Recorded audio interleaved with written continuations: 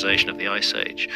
Northern Europe and North America were absolutely inhospitable wildernesses during the Ice Age. They were frozen, they were dry, and they were dangerous. And they were not the places that people would go. People naturally gravitated south towards the equator, towards the tropics. That's where I would expect to find traces of a lost civilization, and that's where I do find traces of a lost civilization. You don't really find it. I've never reported anything about the UK, for example, in my books. We have Stonehenge, we have Avebury, we have these stone circles, but they're not old enough.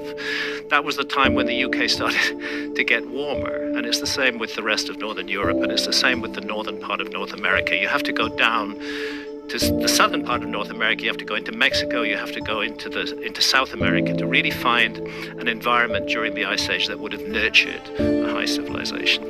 And there's a lot of speculation as to why they weren't able to cross the Bering landmass too, right?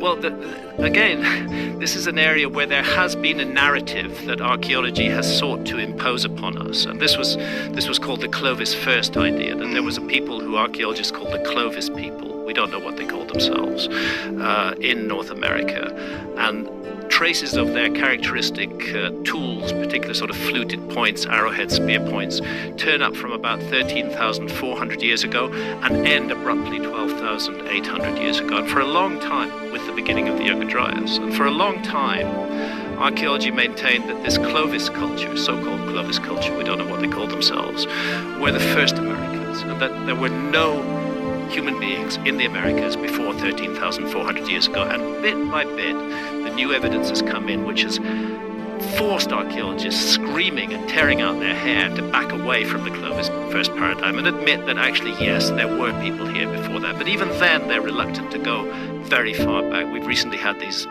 footprints in White Sands in New Mexico, 23,000 years old or so. That's largely being accepted now. But there are much earlier dates. There's 130,000 years ago from the Cerruti Mastodon site near San Diego. The Sphinx is supposed to have been built 4,500 years ago, but as you know, Robert Schoch and I and many others are convinced the Sphinx is much, much older than that it goes back 12,000 plus years. And this is based on geological evidence of heavy rainfall, which is another interesting thing about the climate and the environment of that area, that we think of it as being desert, but at one point in time it wasn't. Well, this is one of the reasons why I'm so frustrated by archaeologists claiming that they could know there was no lost civilization when they've done so little work in the Sahara, when the Sahara was, in a number of occasions during the Ice Age, incredibly fertile. Very, very nurturing environment with huge river systems running through it and lakes. It's not disputed that that was the case. It was a kind of environment that would have nurtured human civilization. And we really can't write off the possibility of a lost civilization until we take a much closer, much more detailed look at the Sahara. Of course, that's expensive. And then Egypt itself is in the Sahara. Didn't they find fossilized whale bones in the Sahara? Yeah, that would go back a lot further. That would go back to millions of years, to a time when the oceans were different, perhaps even hundreds of millions of years. So Sahara at one point in time was an ocean? As many places were. Wow. Pretty much anywhere where you find limestone was once covered by ocean. The world has changed. The world is constantly changing. It's like one of those magic kids' toys where you pull a lever and it wipes out the diagram you just made. You know? Yeah. It just keeps on.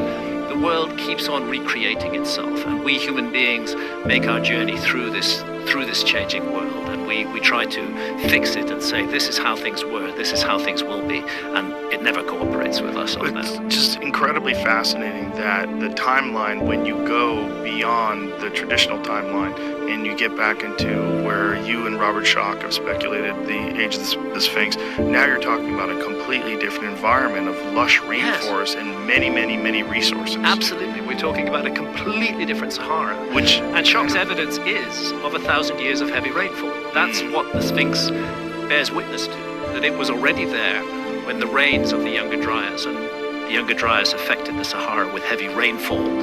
Just as further north it changed the climate and made it much colder in the Sahara, it became much wetter. And it's that period of rains that are the most likely culprit for weathering the Sphinx in the way it is. But it could have stood there for thousands of years before that. There's also very clear evidence that the face in the Sphinx is much younger, right? No doubt about that whatsoever. The first problem is the ancient Egyptians were masters of proportion. The ancient Egyptian art is rightly world famous for its quality, and they didn't get things out of proportion.